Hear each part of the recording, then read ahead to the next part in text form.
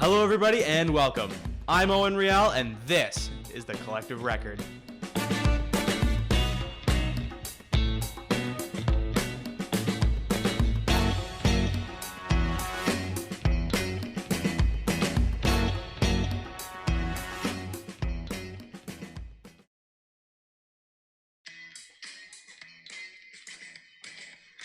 Owen, what are you doing?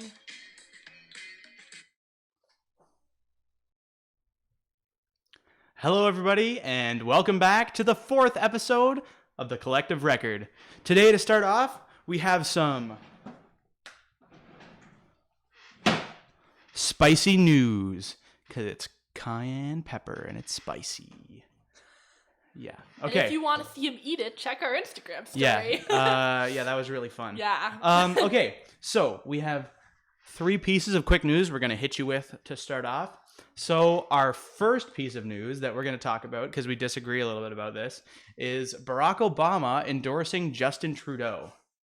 So when I heard this, my immediate thought was, mediocre president endorses mediocre prime minister.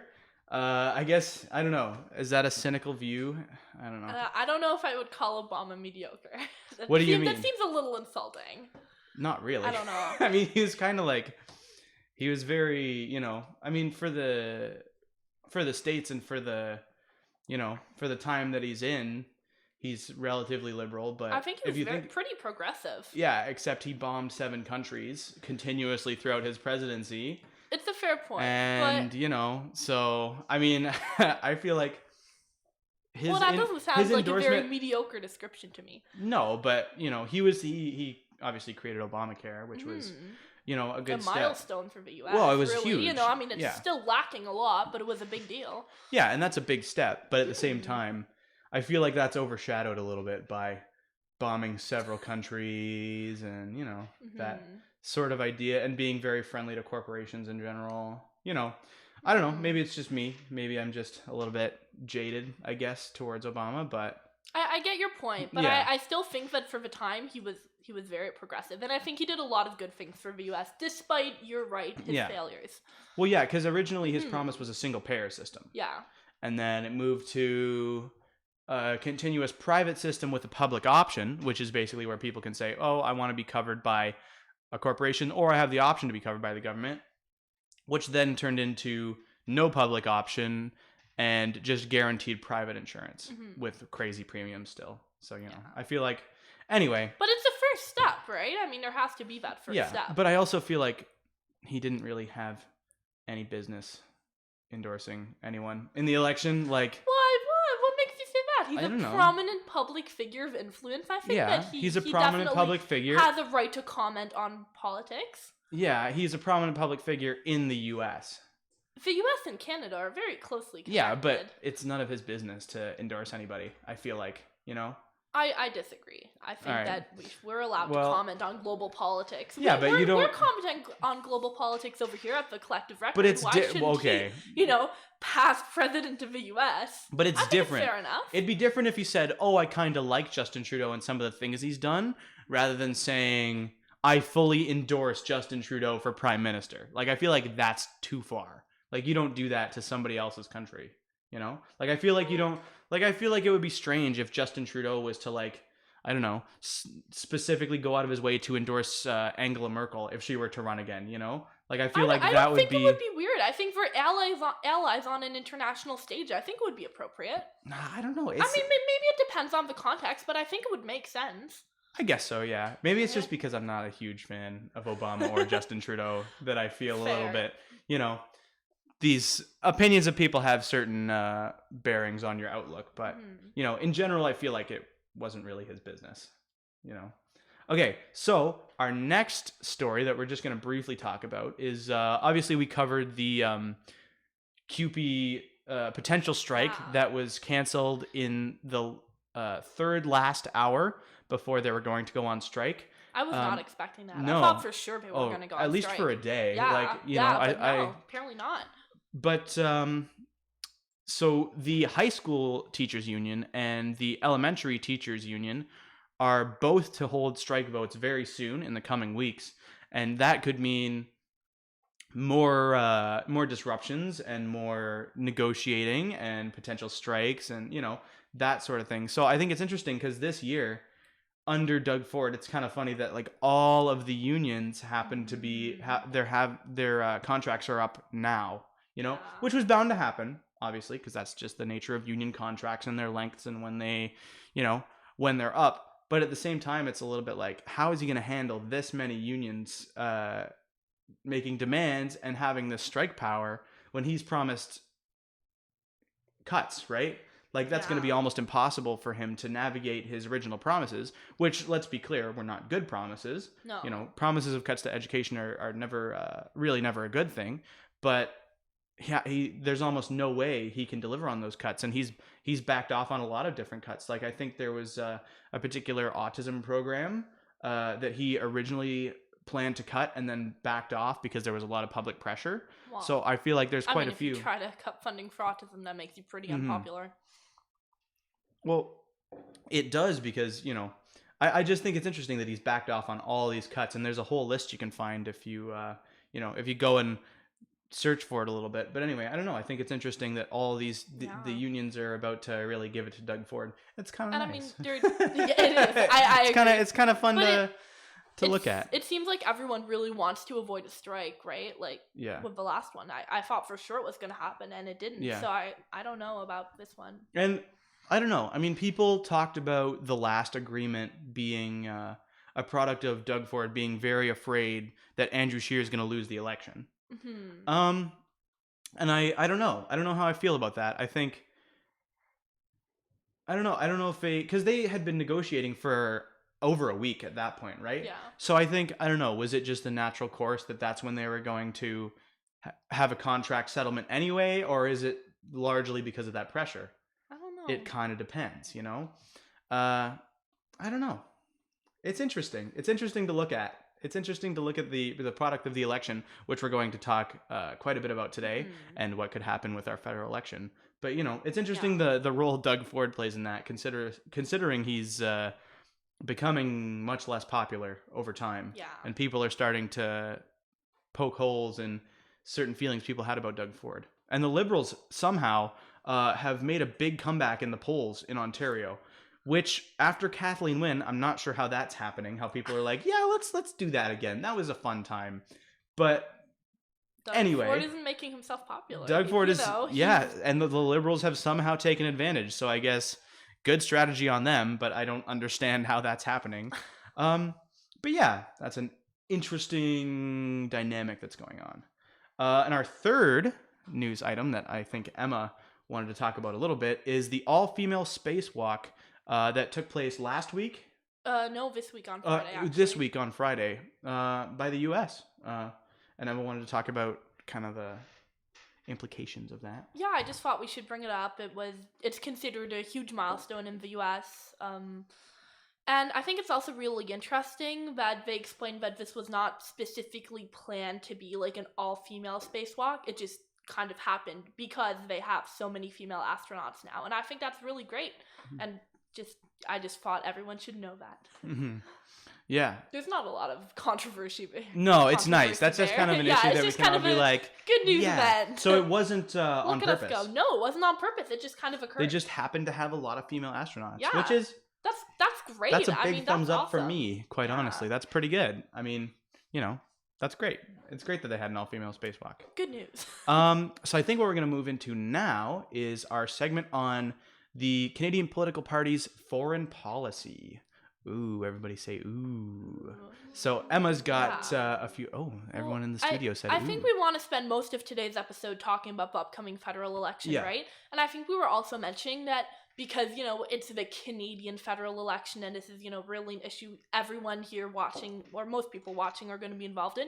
We want you to comment, and we'll actually be addressing your comments. Mm-hmm. Okay.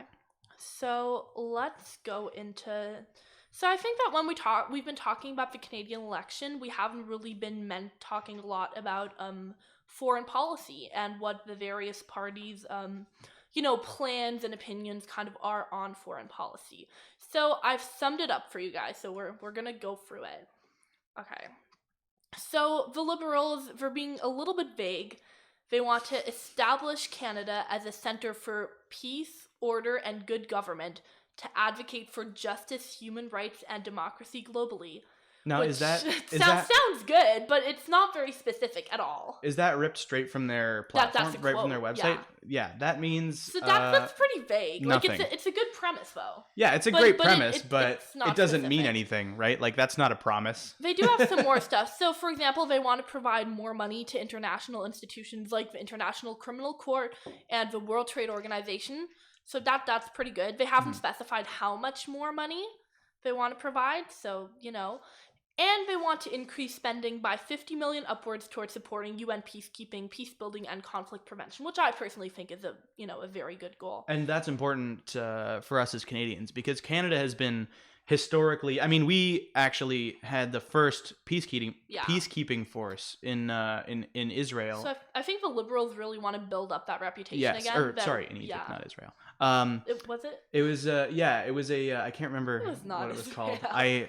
It was Egypt. It was they created a peace force. Of course, my history is really bad, and I can't remember what the passage is right now. But there was a passage in Egypt in I think the 30s or the 50s. No, it was the 50s sure. because it was Lester Pearson and Yeah. Israel and Egypt had a conflict over it, and the British were involved, and the UK asked Canada to get involved, and rather than getting militarily involved on one side, Canada decided that they would create a peacekeeping force, and that became the UN's official peacekeeping force over time. So that's really what our national identity is as it comes to peacekeeping, and I think we've been slacking. We've been slacking in peacekeeping. People peacekeeping. really associate that with us anymore. No, I think and the Liberals want to be like, yes. And I think the NDP has a promise about peacekeeping as well, but we'll get to that. We'll get to that in a minute. Somewhere in there, yeah. Let's keep going with the Liberals. They have some more stuff. So they want to support international protocols to ban the development and use of fully autonomous weapon systems. So, decent. They want to expand the Magnitsky Act to allow for seizure of assets from perpetrators of grave human rights abuses. So we're just going to take a quick detour and talk about the Magnitsky Act really quickly. So let me see. Okay, so this was actually a U.S. law signed in 2012 that barred Russian officials from entering the country, Russian officials that were suspected of human rights abuses, because there was some Russian official a Russian official that was arrested under, like, coming from Canada under no concrete allegations and, like, tortured and murdered in prison there. So they created this law, and Canada kind of wants to expand on that and get in on it a little bit. You get what I mean? Yes. I know.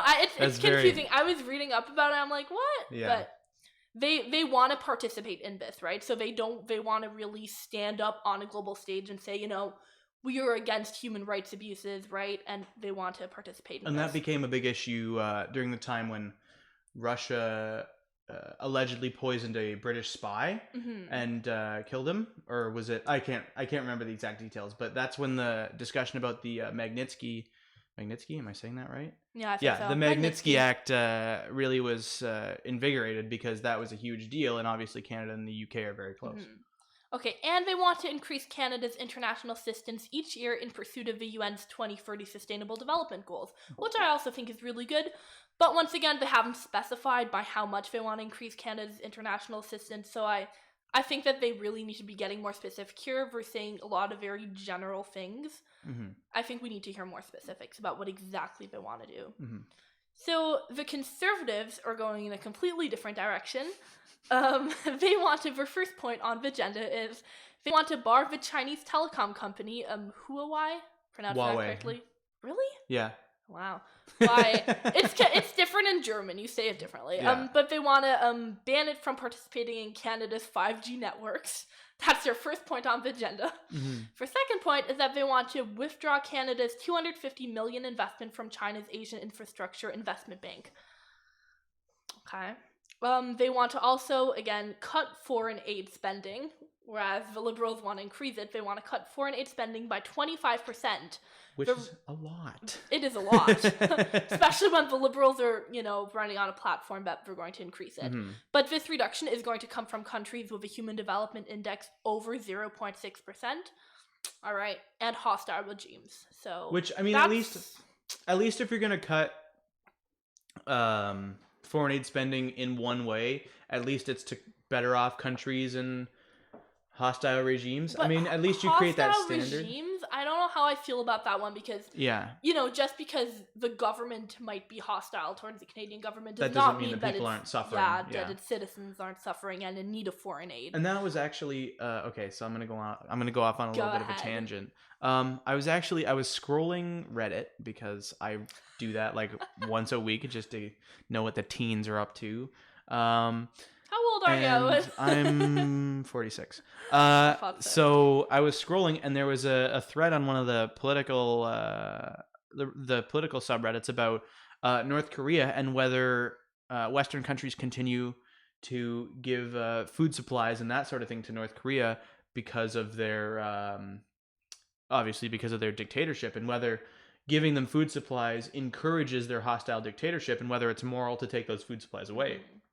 And a good argument I saw was, North Korea's government is going to stay in power no matter what. Yeah. So taking away their food supplies, you're just going to kill millions of people, right? Like it's just people are going to die because of that. So there's, and their government has such an iron fist and such a control over that population that taking away that food supply will not make a difference. You're just, you can't just assume because it's a hostile regime that you're going to have a revolution in that country because you take away foreign aid. You might just doesn't care that much about you might just citizens. Be killing thousands of people by not helping, right? So I really dislike that point, actually. I understand but perhaps being over a certain percentage in the Human Development Index, even though I still think that's pretty low.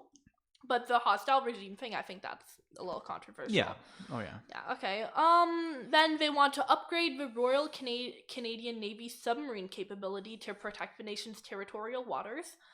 Okay, so they're, once again, pushing on, gotta build up that military. Did you hit the point about is moving their embassy in Israel?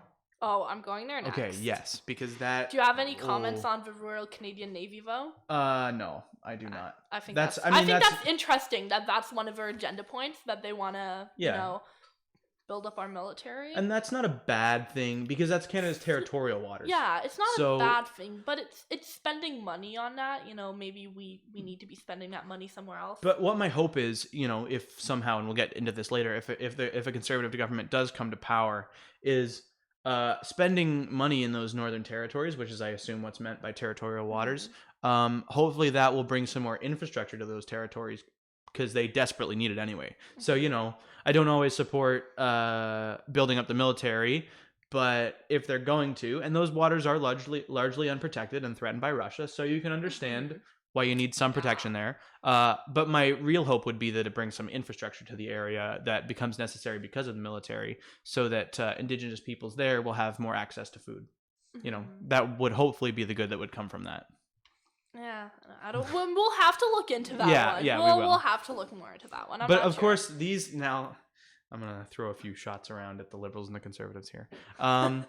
Theo just gave me a look like, ooh, it's about to get the tea's about to get spilled. Gotta get the cayenne pepper back out. Yeah, the cayenne pepper. Oh yeah, it's on your desk. Oh, it's about to get spicy. So yeah, I need a spice rack right here. So what were we talking about? I lost my. Oh yeah, the Liberals and the Conservatives. Yeah. So, the thing is about some of these points is it's very difficult to actually get more detail about these points because they haven't released platforms that have enough detail. Yeah. Like they're very vague. Like the Liberals don't even have, I don't know if the Conservatives do, but I know the Liberals don't have a fully costed platform. Their platform is not fully costed. They just don't know what things are going to cost. They're just like, we'll figure out what it costs when we'll get there, and then we'll don't worry, it's all good.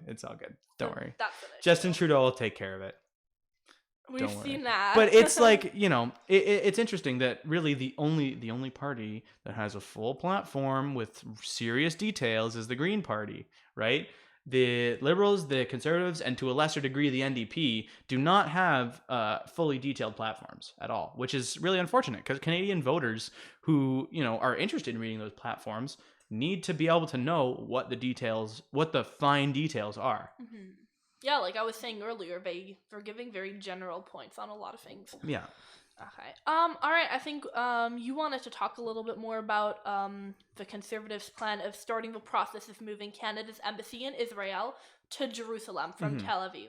So that was a move, I think, kind of originated by President Trump, because Israel considers its capital to be Jerusalem, but the international community recognizes its capital as Tel Aviv, because Palestine and Israel I think they both share parts of Jerusalem.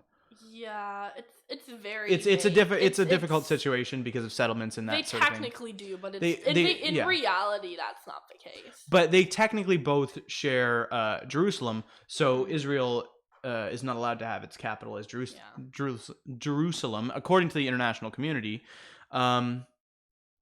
But when Trump made this move, it was considered very divisive and stoking feelings of hatred back and forth between Palestinians and Israelis, because that's the kind of move where you're going against the entire international community just based on your close alliance to this country that now, and Palestine has too, but committed certain human rights violations, right? Like there have been some serious issues with both Israel and Palestine, but that doesn't mean we should do a more detailed segment. We should do an Israel Palestine segment, but both Palestine with some terrorist attacks and Israel with the IDF have both committed serious atrocities involving civilians, and that's not okay. And giving into Israel as far as moving your embassy, I mean, it's not a huge, it's not in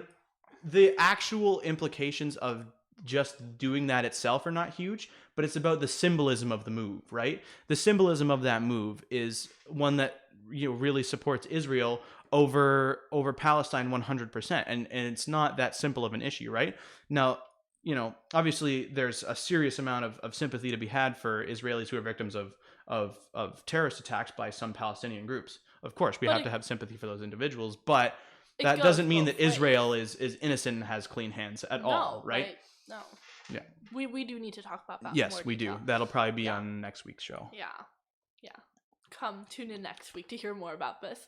Okay, but we're going to move on to our next point, and the Conservatives also have some action concerning the Magnitsky Act. So they want to list the Iran Revolutionary Guard Corps as a terrorist organization and use Canada's Magnitsky Act against Iran's human rights offenders. And they want to use the same act to kind of target Iran. So that's interesting. It is interesting. In light of, I feel like a lot of this is very, I don't know if I want to use the word aggressive, but it seems like it's not as peace-oriented as the Liberals are presenting their platform. No, it's very, it's combative a little bit, I think, I don't know, to make these your main points about your foreign policy, whether you intend to or not, I think is purposefully targeting countries that the United States is already has some conflict with. And we've had some serious scares with Iran in the past about, whether or not the US could end up going to war with them. So I think pushing these kind of policies is a little bit dangerous. But that's just my feeling, and I don't necessarily think that either of those moves are wrong, but I feel like making them such a big part of your platform is maybe signaling to a certain aggression that you might have. Yeah, I think the Conservatives are they're moving away from that liberal whole Center for Peace, Order, and Good Government, right? They're a little bit more on the defense. They want to cut international aid. So, personally, I don't agree with that. Okay, so let's look into the NDP a little bit. They want they want to immediately stop all arms sales to Saudi Arabia. Okay, I agree with that. Big thumbs up. Sounds good to me. They want to, following it up, ensure that Canadian-made weapons do not fuel conflict and human rights abuses abroad. I agree, but that is once again very general. I don't know about their plan for implementation there, but I mean this is a good starting point, right? They need to be more detailed. Well, I don't think that's too. I mean, as far as generalization pretty broad, goes, because how are you going to implement that, right? Who are we selling weapons to right now? What is But that's part of the problem is they're not in government yet, so they can't entirely look at every single situation because they simply don't have the data in all cases. Like they need to. They can't make statements on every single group that weapons might be going to because they're, the nuances of the deals with certain companies might be a little too complicated to not deal with before you're in government. Okay, and their next point is that they want to renew emphasis of military on multinational peacekeeping operations. Which is very good. And they want to boost Canada's international development spending to 0.7% of gross national income per Ottawa's commitment to the UN that they've already made. So they want to support the UN. I mean, that sounds good to me. They have a lot less than both the Liberals and the Conservatives in their foreign policy platform, I guess. But nothing really controversial, I would argue. No, nothing too particularly controversial. I think the NDP should have been more careful in talking about increasing foreign aid spending because among Canadians, and especially among older Canadians, which is a demographic they struggle with, that is a very unpopular view. But I think among young Canadians, that could make them even more popular. I don't know. I think it depends. Because I think young Canadians are more concerned about social programs and domestic policy. Really? I don't think they're as concerned. I mean, they like peacekeeping operations. But I don't think increasing foreign aid spending as a whole is something that international development spending, that's not the same as foreign aid spending. That is true. But, some certain voters will look at that as... They'll just look at it all as lumped in foreign aid spending. Well, I mean, spending money on international sustainable development will be beneficial to Canada in the long run as well. Yes, that's true. So that should be taken into consideration. Okay, let's move on to the Green Party. So our favorite. Want our favorite. Wow, we're not biased or anything. So the Green Party wants to cancel the contracts to provide Saudi Arabia with armored vehicles. Okay. Thumbs up. Double thumbs up. Good. They want to ban the importation of Saudi oil. Okay, yes. They want to sign and ratify the treaty to abolish nuclear weapons. That is a big fat thumbs up. None of the other parties have this on their agenda, so I think that's a pretty big deal, actually. And I think the banning importation of Saudi oil is a really good thing as well. For me, that's a huge... When I read that in the platform, that was a huge... I was shocked by that because that's... I mean, that may be difficult from an economic standpoint in some ways, but that also enables us to maybe protect our own oil industry until we can get off of fossil fuels, right? I think banning the importation of Saudi oil allows us to protect Canadian oil and have Canadians use Canadian oil and then move away from fossil fuels, sort of. Okay, they want to ban autonomous weapons. They want to review all NATO commitments. Now, what exactly is meant by autonomous weapons? I'm not sure. To be honest, I did not research that point very much. Is that like robots? Is that what we're like robots with? No, I think it's another term for assault rifles. I'm pretty sure. Because autonomous means that it does it on its own, right? It's firing shots on its own without someone having to press the trigger, which is what an assault rifle does. So I don't know if it's... I don't think it means assault rifles, though. I don't want to spread misinformation. Banning. No, I think it means... I think it might be an AI... I don't think so. I don't think that's correct. No, you don't think so? No. I don't know. Okay, you look it up. I'll move on to the next everyone point. Thinks I'm wrong, so I'm gonna... Okay, we'll take a vote on it. Okay, so they want to reestablish the Canadian International Development Agency. That sounds good to me. And they want to, this is the exact same point as the NDP, they want to increase Canada's overseas developmental assistance budget to 0.7% per GDP. Exact same point as the NDP. They want to eliminate requirement that aid be tied to Canadian business interests overseas or strategic geopolitics. I think that is a very significant point. A lot of times when, countries participate in peacekeeping missions or other, of our kind of foreign aid, they do this because they think that, you know, it's going to benefit them in the long run, or they have, you know, they have political ties, they have, you know, economic ties, something that's going to benefit them in the long run.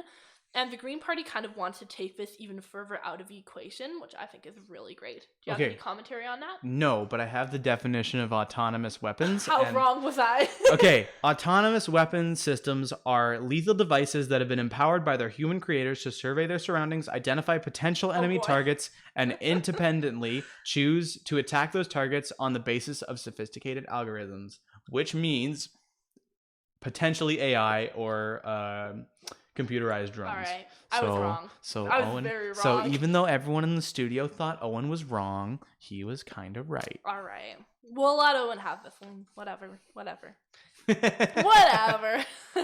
All right, but I was wrong, so disregard the earlier point. Okay, and they want to increase Canada's contribution to the Green Climate Fund and Global Environmental Facility to $4 billion per year by 2030. Ooh. Makes sense for the Green Party. I think that's a very good goal. That's a lot. It is a lot, but we, you know, no. And for the Green Party, the climate crisis is the first thing on their agenda, so this makes sense to me, and it's something I personally support. And that is 10 years from now as well, so you have to consider inflation. It's not we're giving them $4 billion, dollars today. Yeah, we have to build the revenues over time, sort of thing. Yeah. And then, okay. So those are the platforms of each party. We were talking about how some of them were kind of vague. So there was actually supposed to be a foreign policy debate at the end of September.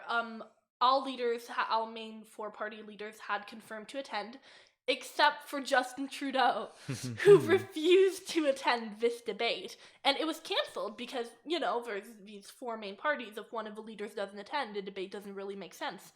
So he refused to attend. The debate was canceled, which sucks. It would have really, given Canadian citizens a more detailed and in-depth insight on parties' policies on, foreign policies. Mm-hmm. And he did the same thing with the Maclean's debate. Yeah. He was just like, no, I don't really feel like it. Yeah, and I think we should talk a little bit about why that is. So I don't know about that one Owen was mentioning, but I know that the foreign policy debate, there's a couple of things. So first of all, he was the only candidate who would have been in this debate who actually did anything on the international stage, right? Because he's been prime minister for a while now. So he was really probably the person who would have mainly been attacked. Mm-hmm. Attacked. I mean, it's a debate, right? But I think he felt that this debate would make him look bad because he has screwed up a little bit over the past years, right? Oh boy. So we're going to talk about a few of his screw-ups, not all of them. The first one's kind of funny, actually. I don't know if you guys saw this on the news. It was even on CNN. Good lord! But him and his family visited India recently, and instead of just dressing normally and maybe pulling out something traditional for a special occasion, they dressed in full out Indian traditional costumes.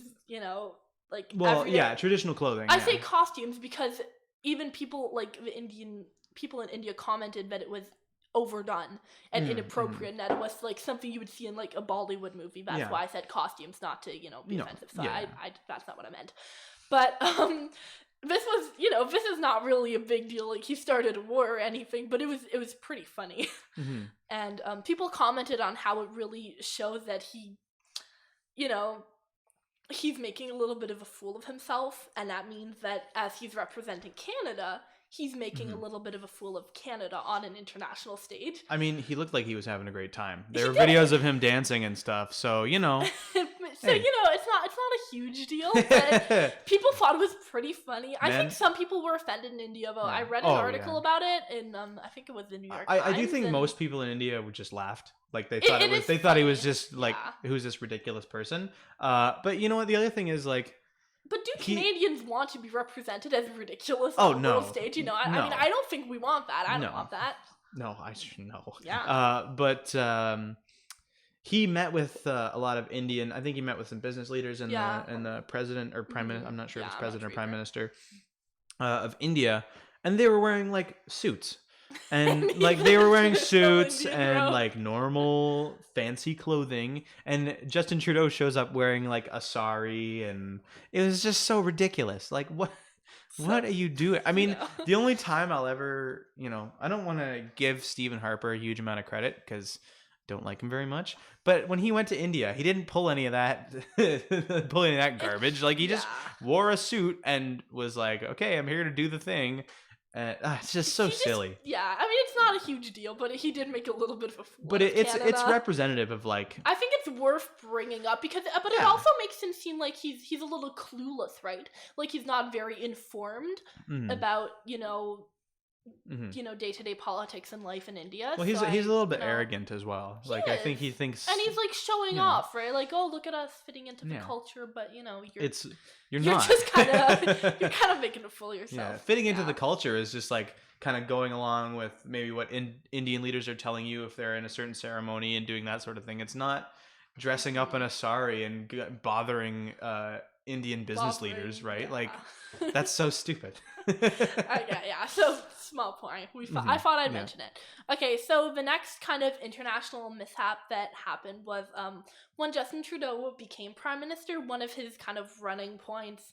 I don't know if this was very well heard of, but one of his running points was that he was going to once again, like the Liberals are saying now, get Canada more involved in UN peacekeeping missions. So he made like a big thing out of this. Once again, like we were saying earlier, trying to get Canada back to that. But then in the end, throughout his whole term as a prime minister, he only ended up deploying one very, very small peacekeeping mission to Mali, which got pulled out after, I think, 3 months over UN protests. The UN did not want him to pull out the mission, and he did. So this was kind of a big failure. Did not go great. And then there's been this whole recent China Canada debacle, right? So I don't know if you guys heard of this, but what happened was that the US had a warrant on an executive from a company in China, and this executive was passing through Vancouver, and because of the US warrant, this person was arrested. So, right, because of a US warrant, someone was arrested in Canada. So China was very upset about this and arrested some Canadian citizens in return, and we're currently actually still being held hostage in China. So there's kind of a struggle going on there. I think that that's something especially that Trudeau could be questioned about right now, and I think he did not want to address this, right? China is very powerful, and when he had this person arrested, or when this person was arrested, he was standing with the US, but the US has not really stood with Canada. So I think that this is definitely a point where Well, they have in major issues. I mean, in this particular issue, right, they arrested, right, Canada arrested someone on the US behalf, and the US has not really stood with Canada very much when Canada's saying, you need to release our citizens. So I think that's definitely something where he would be criticized. Okay, so we've talked about foreign policy a little bit. We're just going to sum it up by saying how important foreign policy really should be in this election, right? Canada relies on trade for 64% of a country's GDP, and 22% of Canada's population was born abroad. So, Canada is an international country, and I think we need to be putting more of an emphasis on international policies when we are casting our vote soon. It's very important. We should not only be looking at domestic issues, as I feel like a lot of this election has centered around. We really need to be taking into consideration what Canada is doing on the world stage.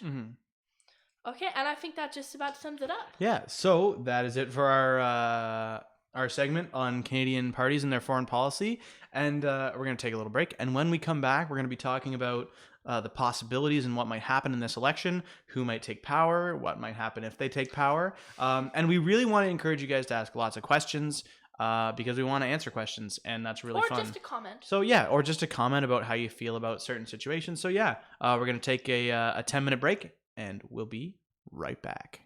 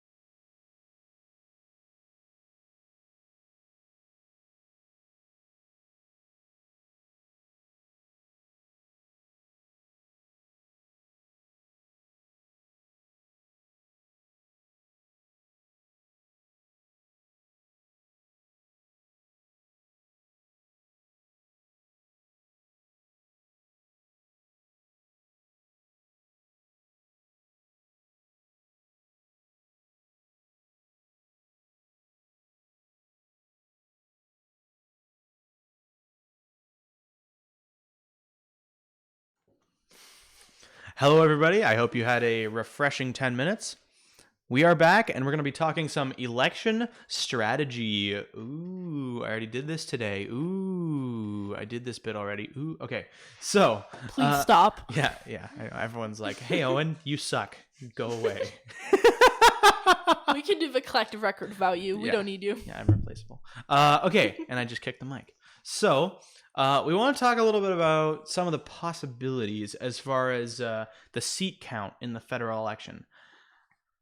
The short version of the story is it's going to be a big fat mess.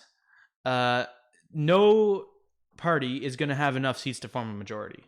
So that means, obviously, the party cannot govern as efficiently and as effectively in certain cases. The Liberals and the Conservatives are both well under the projected 170 that are needed for a majority, because there's 338 seats in the House of Commons, and 170 are needed for a majority. Currently, I'm going to do a little Google search here because that's my favorite thing. So we're going to go Canada Poll Tracker, because this is a great tool for everyone. Canada Poll Tracker on the CBC's website is amazing. It gives you the percentages of the popular vote the parties are polling at, and it gives you the seat count. So currently, the Liberals are projected to get about 136 seats. The Conservatives are set to get 124 seats. The Bloc Québécois are... Oh, thanks, Emma. Thanks for leaving your computer volume You're on. welcome. The Bloc Québécois Just doing my part. are set to get 40 seats. The NDP are set to get 36, and the Green Party and the People's Party are both set to get 1 seat. I think that might be incorrect. I think the Green Party is set to get 2 seats. But anyway, that may just be a blip in the polling. We don't know for sure. But that essentially means the Liberals are 34 seats below a majority. So it looks like the Liberals are going to get the most seats, but they're not even going to be close to getting a majority. So that may mean that the NDP will have to give them their support in order to retain a majority government. Even then, they would only be 2 seats above a majority, which is not much, and that is very turbulent in the House of Commons. You think about it, potentially one of the older MPs of the Liberal Party, passes away or gets sick or something. That leaves them with a 1-seat majority. That is not much, and that does not hold a lot of power. So that may mean they have to posture to get the Green Party on board, and which they may end up doing.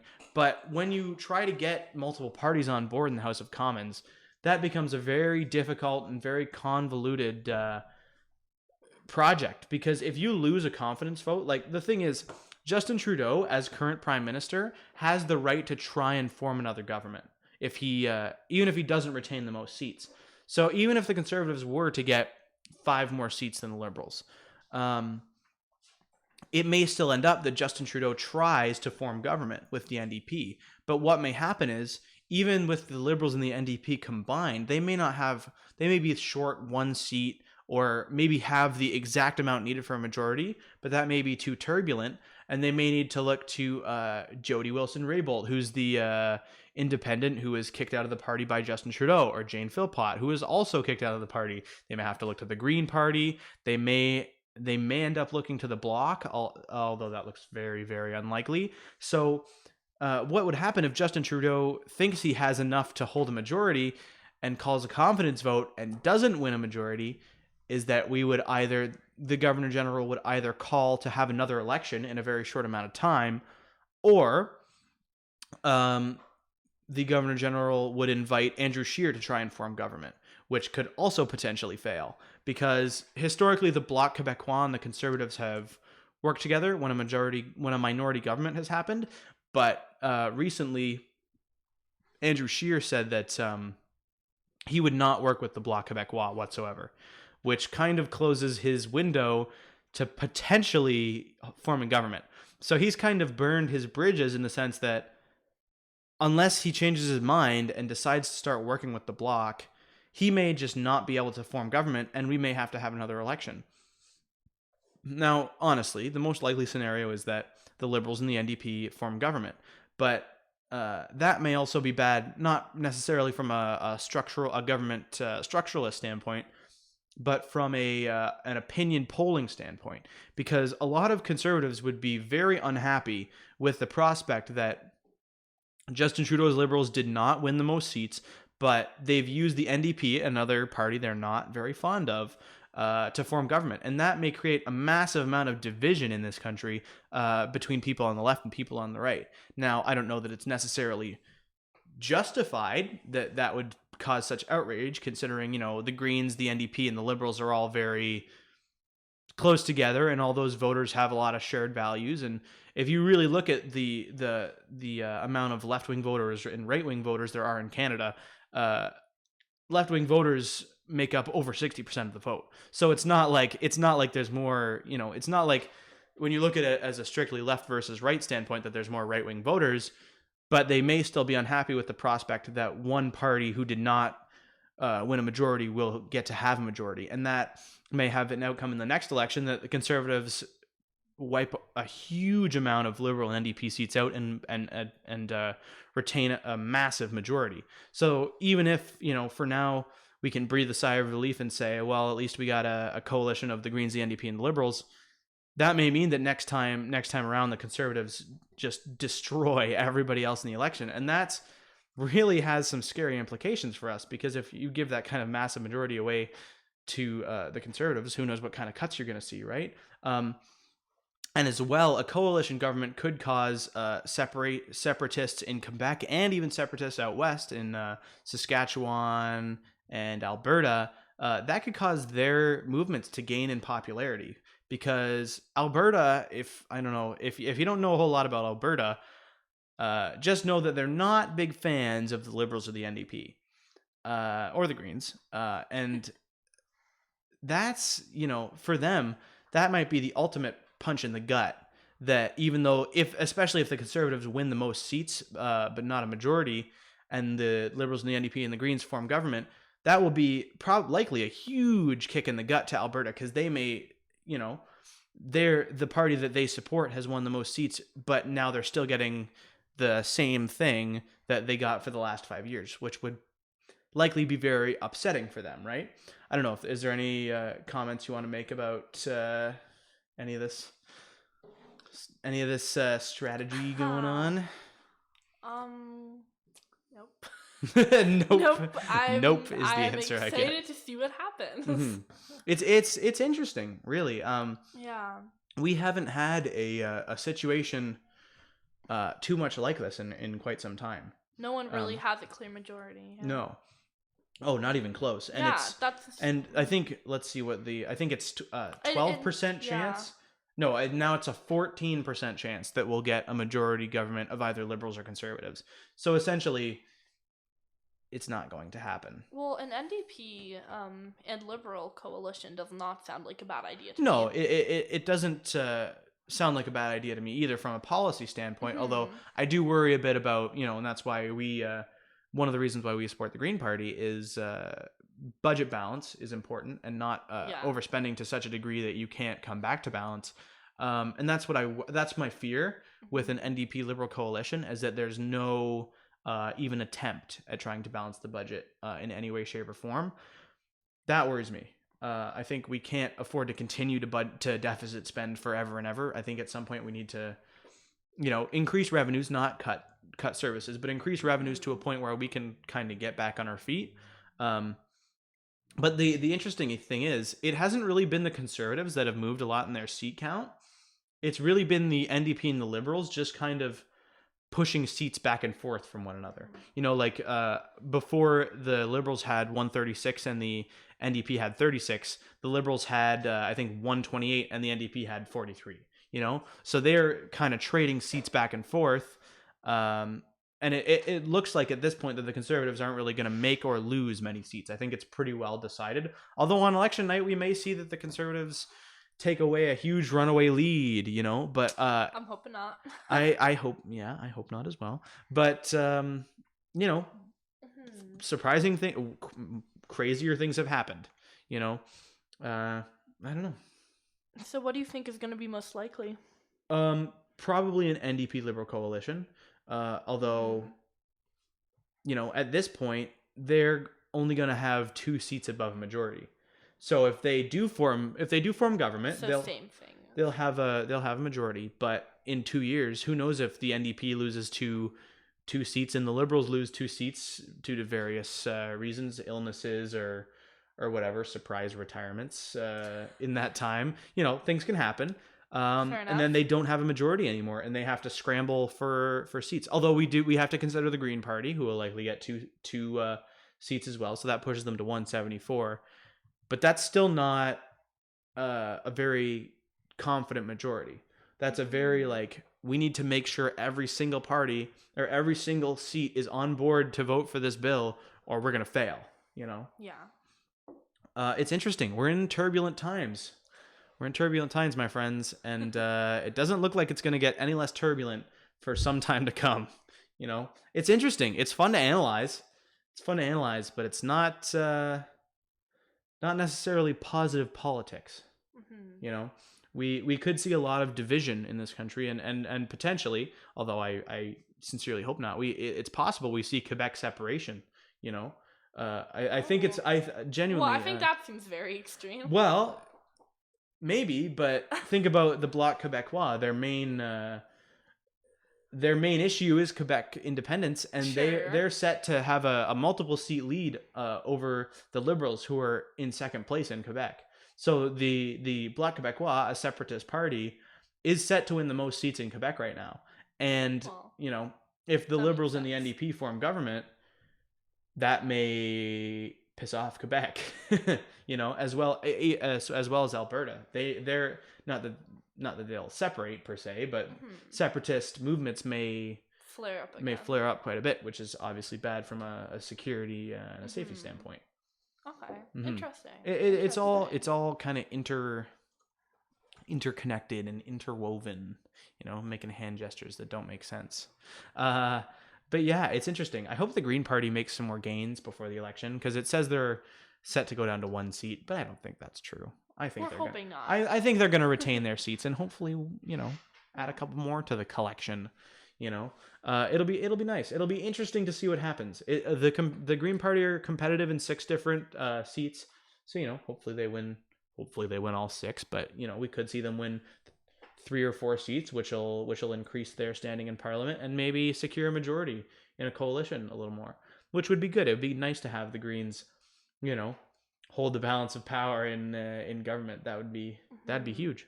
So once again, we'll have to absolutely do an update when the election is actually happening. Tomorrow is the election, so we'll probably be week. posting. We'll probably be posting a ton on the Instagram tomorrow as the election. Go follow us if you haven't already. We'll I'm sure we'll have we'll link it in our description box. Yeah, we'll probably have 9 million story updates throughout the election, just posting our thoughts and stuff. But yeah, it's going to be really interesting. I think that's all we have for today. It's been fun. Thank you very much for watching. Please subscribe, because it helps us out very much, and it's great. I love seeing that subscriber count inch upward. Makes us so happy. It's so big happy. smile on my face.